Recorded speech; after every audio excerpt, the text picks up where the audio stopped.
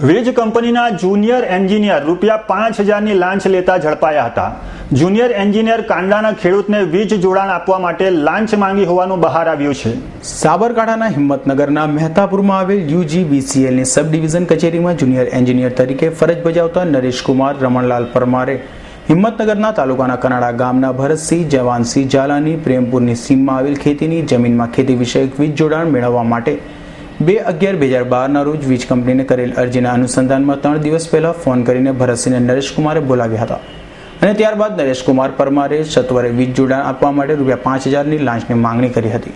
જેથી ભરતસિંહ ઝાલાએ આ અંગે હિંમતનગર ACBને જાણ કરી હતી, જે આધારે શુક્રવારના રોજ ACBના PI JR વાઘેલાએ લાંચનું છટકું ગોઠવી પંચોની હાજરીમાં ભરતસિંહ મહેતાપુર સ્થિત કચેરીમાં મોકલ્યા હતા, જ્યાં નરેશકુમાર પરમાર ભરતસિંહ ઝાલા પાસેથી ₹5000ની લાંચ લેતા રંગે હાથ ઝડપાઈ ગયા હતા। ગઈ તારીખ 15/10/14ના રોજ ભારતસિંહ જવાનસિંહ ઝાલા રહે ગામ કાનડાવાળાએ પોતાની જમીન પ્રેમપુર ગામમાં આવેલ છે તે માટે વીજ જોડાણ માટે તેઓએ અરજી કરેલી।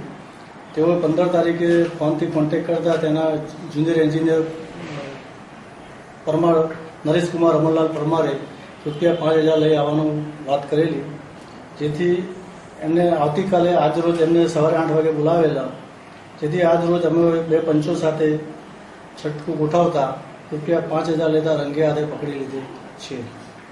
લાંચ સ્વીકારતા ઝડપાયેલા અધિકારીને ACBએ તેમની વિરુદ્ધ લાંચ રૂશ્વતની કલમો અંતર્ગત ગુનો નોંધી વધુ તપાસ હાથ ધરી છે। દીપકસિંહ રાઠોડનો report, S9 news, Himmatnagar, Sabarkantha.